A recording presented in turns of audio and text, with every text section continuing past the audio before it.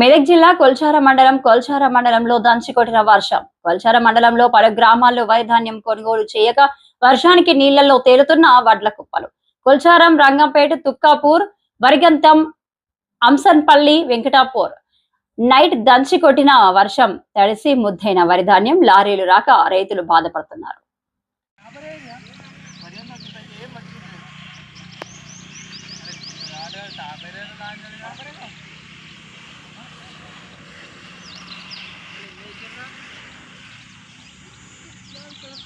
ప్రజాను సైనిది మనిషి మన వాయిస్ ఇది వరివంతంలో సొసైటీ ఏం పట్టించుకుంటలేదు, వడ్డన అన్న ఏం చేస్తలేరు అని చెప్పు. కానీ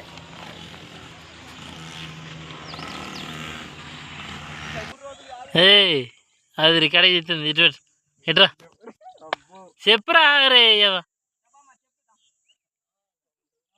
ఇక్కడ ఇటు రారా. అయ్యో అయ్యో గత 3 రోజుల కొలే జోకి పెట్టింది.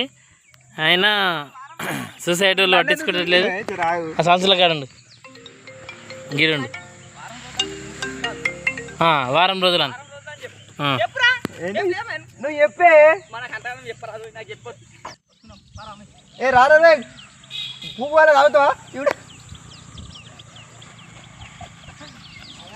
రైట్.